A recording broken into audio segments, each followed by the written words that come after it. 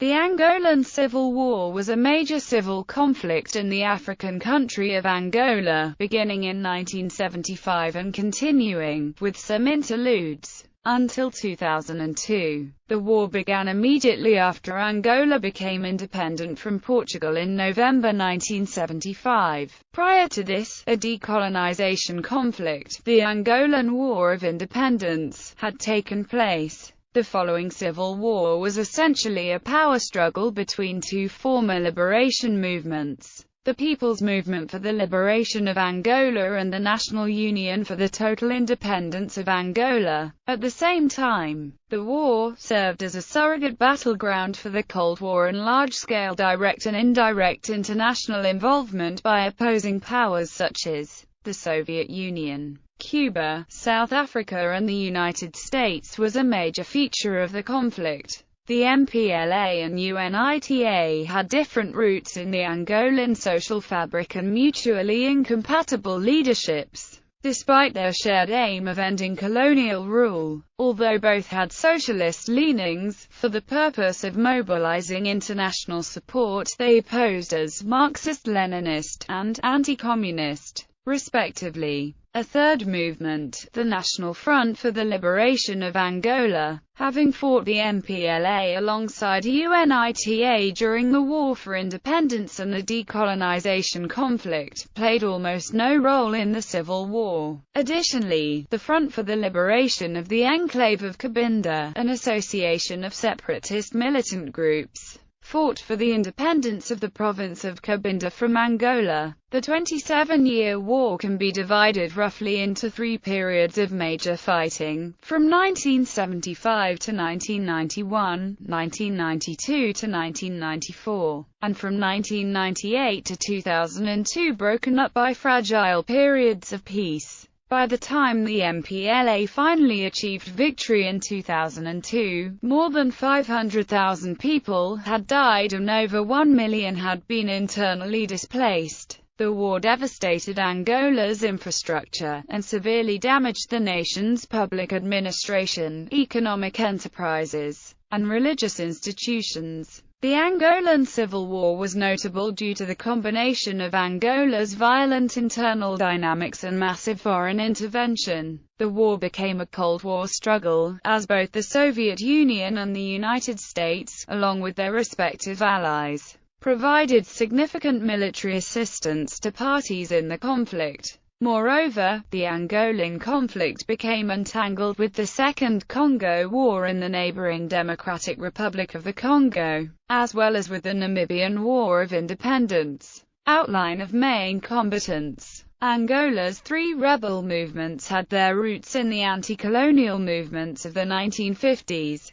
The MPLA was primarily an urban-based movement in Luanda and its surrounding area. It was largely composed of Mabundu people. By contrast, the other two major anti-colonial movements were rurally based groups, the FNLA and UNITA. The FNLA largely consisted of Bakongo people hailing from northern Angola. UNITA, an offshoot of the FNLA, was mainly composed of Ovimbundu people from the Central Highlands. MPLA since its formation in the 1950s. The MPLA's main social base has been among the Ambundu people and the multiracial intelligentsia of cities such as Luanda, Benguela and Huambo. During its anti-colonial struggle of 1962 to 74, the MPLA was supported by several African countries, as well as by the Soviet Union. In the decolonization conflict of 1974–75, Cuba became the MPLA's strongest ally, sending significant contingents of combat and support personnel to Angola. This support, as well as that of several other countries of the Eastern Bloc, e.g., Romania and East Germany, was maintained during the Civil War. FNLA. The FNLA formed parallel to the MPLA, and was initially devoted to defending the interests of the Bakongo people and supporting the restoration of the historical Congo Empire. During the early 1960s, the FNLA was also supported by the People's Republic of China, but when UNITA was founded in the mid-1960s, China switched its support to this new movement, because the FNLA had shown little real activity.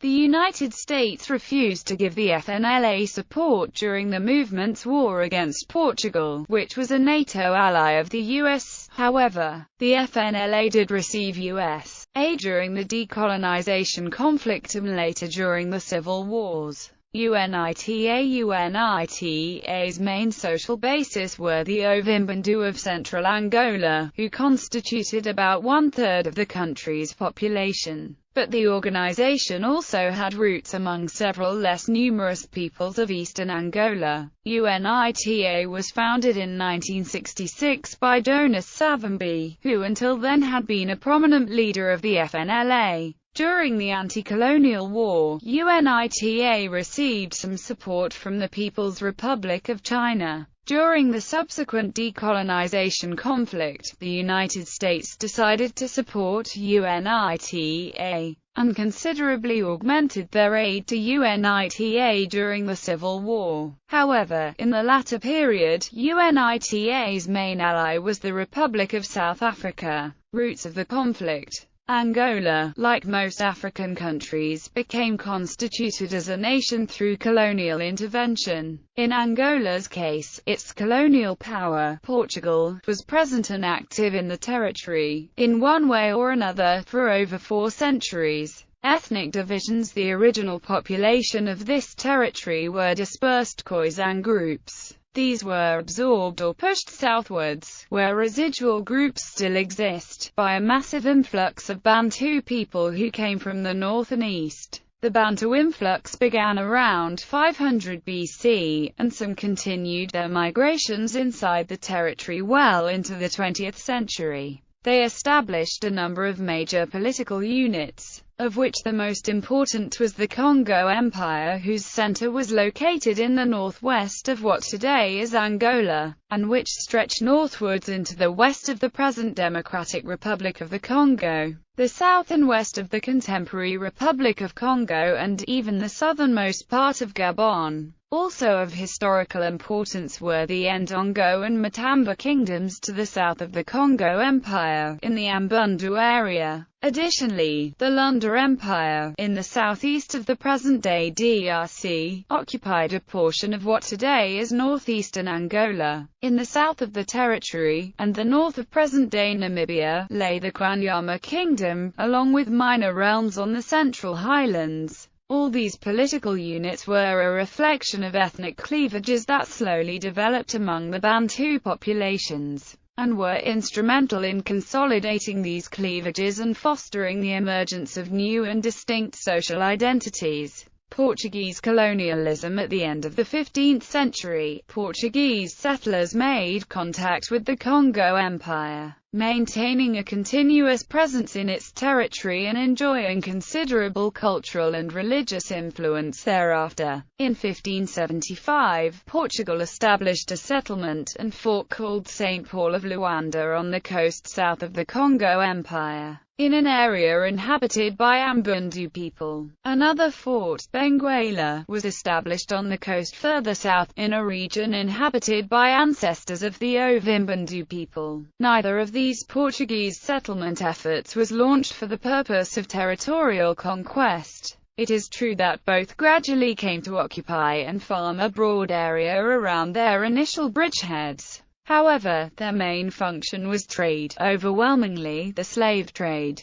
Slaves were bought from African intermediaries and sold to Brazil and the Caribbean. In addition, Benguela developed a commerce in ivory, wax, and honey, which they bought from Ovimbandu caravans which fetched these goods from among the Ganguela peoples in the eastern part of what is now Angola. Nonetheless, the Portuguese presence on the Angolan coast remained limited for much of the colonial period. The degree of real colonial settlement was minor, and, with few exceptions, the Portuguese did not interfere by means other than commercial in the social and political dynamics of the native peoples. There was no real delimitation of territory. Angola, to all intents and purposes, did not yet exist. In the 19th century, the Portuguese began a more serious program of advancing into the continental interior. However, their intention was less territorial occupation and more establishing a de facto overlordship which allowed them to establish commercial networks as well as a few settlements. In this context, they also moved further south along the coast, and founded the third bridgehead of Moçambiques.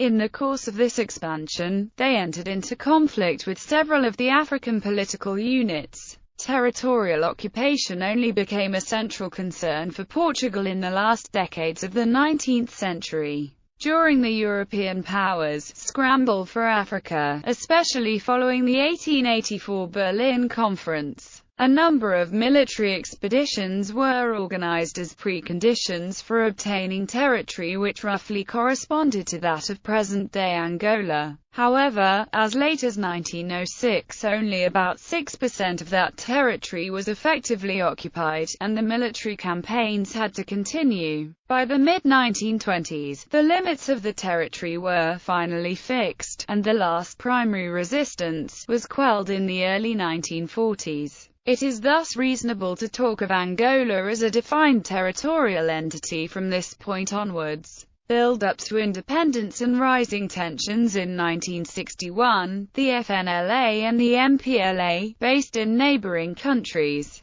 began a guerrilla campaign against Portuguese rule on several fronts. The Portuguese Colonial War, which included the Angolan War of Independence, lasted until the Portuguese regime's overthrow in 1974 through a leftist military coup in Lisbon. When the timeline for independence became known, most of the roughly 500,000 ethnic Portuguese Angolans fled the territory during the weeks before or after that deadline. Portugal left behind a newly independent country whose population was mainly composed by Ambundu, Ovimbundu, and Bakongo peoples. The Portuguese that lived in Angola accounted for the majority of the skilled workers in public administration, agriculture, and industry. Once they fled the country, the national economy began to sink into depression. The South African government initially became involved in an effort to counter the Chinese presence in Angola, which was feared might escalate the conflict into a local theater of the Cold War. In 1975, South African Prime Minister B.J. Vorster authorized Operation Savannah, which began as an effort to protect engineers constructing the dam at Kaluek, after unruly UNITA soldiers took over. The dam, paid for by South Africa, was felt to be at risk.